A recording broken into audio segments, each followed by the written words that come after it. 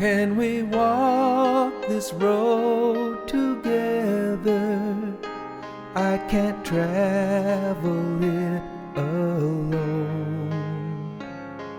I need someone beside me to help me find my way back home. Hello, this is Dan Prinzing, Executive Director of the Wasma Center for Human Rights in Boise with Adam Thompson. Hey there. Welcome to Voices of Idaho. Today we're talking with Ben Harris, Idaho educator. We at the center have known Ben for several years, very active in our student programming, very active in our professional development opportunities. But today we'd like to specifically talk about something that Ben was engaged in. Ben, you went to Poland. I did. Who took you to Poland? Well, I had the privilege of traveling with educators from around the United States, selected by Yad Vashem in Jerusalem and the Echoes and Reflections curriculum group. So for our audience, if you're not familiar, Yad Vashem is the leading international resource center on the Holocaust. They are a Holocaust education center and museum. The grounds are extensive in Jerusalem. Echoes and Reflection, one of the programs that they sponsor. So, Ben, if you look at what you just experienced traveling through Poland, how would you frame that experience according to our concept of the spiral of injustice? So, over the course of traveling through the country, I got to stand in places that represent the very bottom of the spiral of injustice, which is elimination. It becomes very real. It does. Because now all of a sudden, instead of just a theory or concept, we are talking about real people. Correct. What was the impact of standing in the place? Well, for me, I knew that 3.5 million Jews resided in Poland prior to World War II, but I was shocked how central Poland was to Jewish culture and to Jewish life. And so to see how Nazi ideology tried to eliminate Jews from the country was shocking and disturbing. You know, it's so often when we talk about just the numbers, we forget that they're actual people. Correct. That each number has a face and a voice behind it. Tell us a little bit more about what the experience was like. Well, you got to stand in places that had come a long way from World War II. Prior to the war, cities like Warsaw had the largest Jewish community in Europe. They made up roughly 30% of the total population. There was a rich, vibrant Jewish culture in Poland, and especially in Warsaw.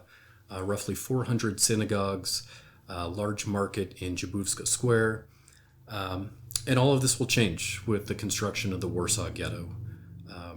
About 350,000 Jews were confined into an area in Warsaw, which is about roughly 2 square miles. And the laws that the Nazis passed to dehumanize and to destroy Jewish culture were significant. Jews every day faced food shortages, typhus, violence. And then in 1943, under the guise of resettlement, which is part of elimination, as the spiral of injustice tells us, Jews were rounded up and sent to mostly Treblinka. And today, all that really remains of this tragedy are several plaques in the pavement, scattered monuments, just one synagogue of the 400 that were in existence, and very small fragments of the ghetto wall. So you actually had the chance to stand at the site of Treblinka. I did. What did you see? Well, it's a very small place. I didn't realize how small it was going to be. It's about the size of 2 football fields. It was only open about 13 months, I believe, yet 700,000 people were murdered there. It was a shocking sight. It was very, very quiet.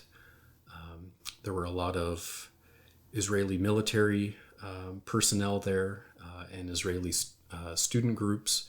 But other than that, it was just our small group. What stands there today to mark the site? There are roughly 17,000 stones that represent each of the Jewish communities that were completely destroyed by Nazi elimination. You know, for us, the Holocaust becomes such a poignant example of when humanity devolves. Correct. When injustice so takes root, we can trace the Holocaust through the entire spiral of injustice, the level by level, language, avoidance, discrimination, violence. And now what you're referencing is standing in the actual sites of elimination. Correct. Where once a population had existed, a culture had existed, a people had existed, and now there's just a stone that pays honor or memorial to that. This is Train Platform by Kara Halford. When we were children, we were afraid of the dark, that unknown world locked behind fiery sparks. When we were adults, we were afraid of the difference hidden in the world, locked and closed doors. We cared for this fear, let it prosper, and let it seep into our thoughts, twisting our minds, letting our morals rot. So fearful were we that when a leader rose, we supported his every move into destruction of any disparity we hold. Loathing fueled our blood, rage fed our souls as we crumpled peace into ash and let it turn into control. So when the last leaf fell, the last train left, the station where so many were sent to their graves. And then the world went quiet and wept as they wondered how any one of us slept. So when the blossoms grew, we realized we were still children, afraid of the dark and what stalked in the wild. When we were old, we finally were afraid of the thought of purity. Yet when we looked into the streets, there were no longer children to be seen.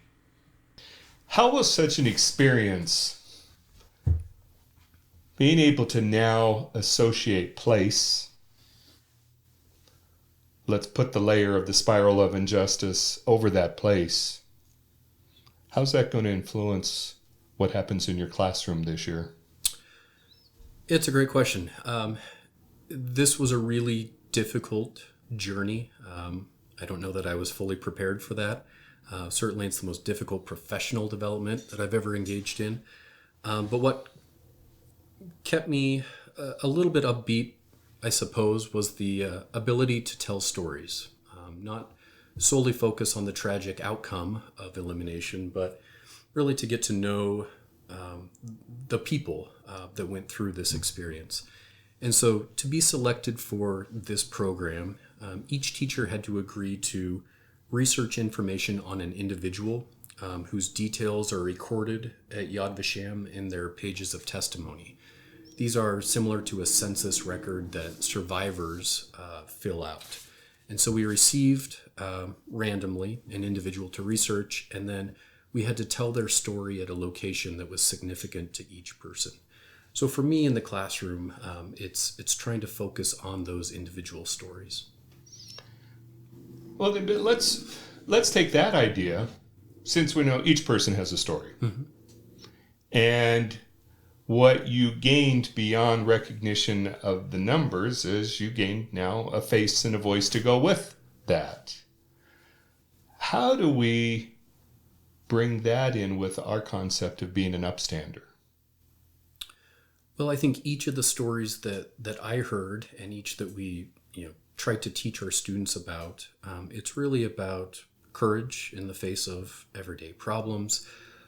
These are normal individuals that had jobs and lives and everything prior to the war and to the Holocaust.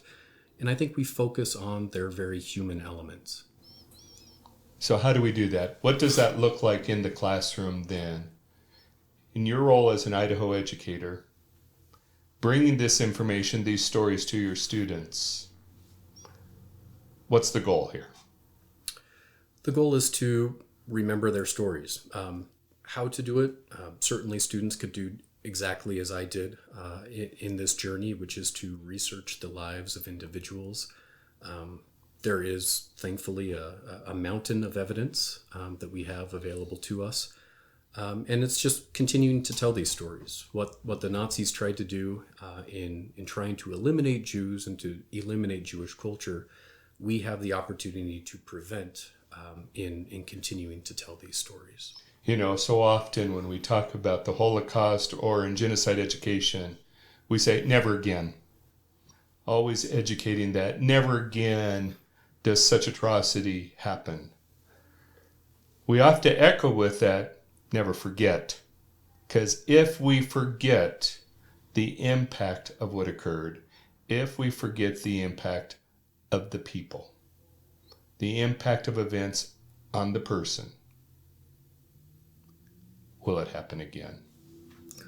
When we begin to lose the sense of humanity in the story. What ultimately was your greatest takeaway in the experience of going, standing, learning, interacting with other educators from across the United States? What was your key takeaway?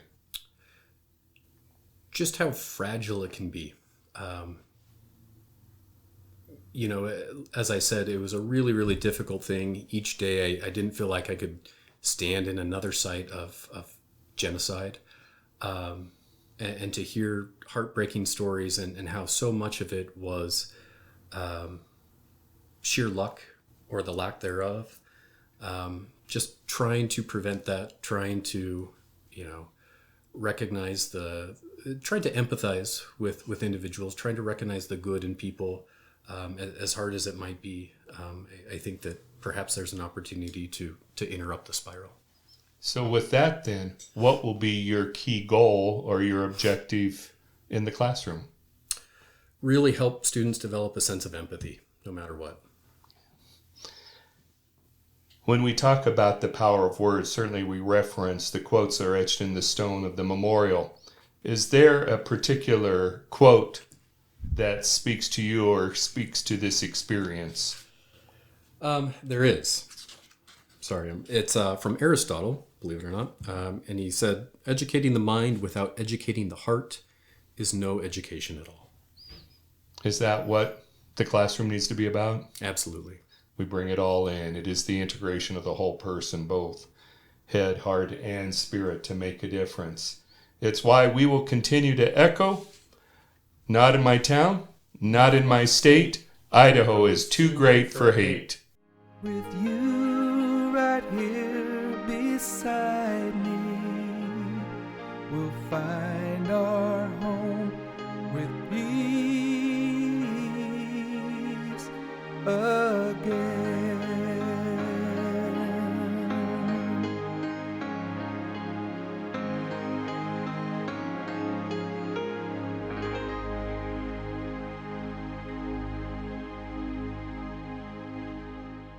Do you think there's a national image of who or what Idaho is? Yeah, and I think it's not just Idaho, it's rural America. Okay. And it's being propped up by this president. You turn on any television, whether they be liberal pundits or Fox News, and what do you hear about rural America? You hear Trump's base, red, rural, racist. What you don't hear is people who were hurting, people who have been hurting for a very, very long time, who, when someone came and said, I'm going to break it up and change this whole system, found a glimmer of hope. And what has happened since is that they've been now cast as enemy from each other in their own communities. And people are really hurting, and they're really craving connection with one another. We've had so many people say, I haven't had anybody ask me what I think in 30 years. Hey, thanks for listening to this episode of the Wassmuth Center podcast. That clip you just heard was with the Executive Director of United Vision of Idaho, Adrian Evans. That episode will be airing in 2 weeks on Monday, October 28th, so check it out then. The Voices of Idaho is created by Dan Predzing and produced and edited by me, Adam Thompson. See you in 2 weeks.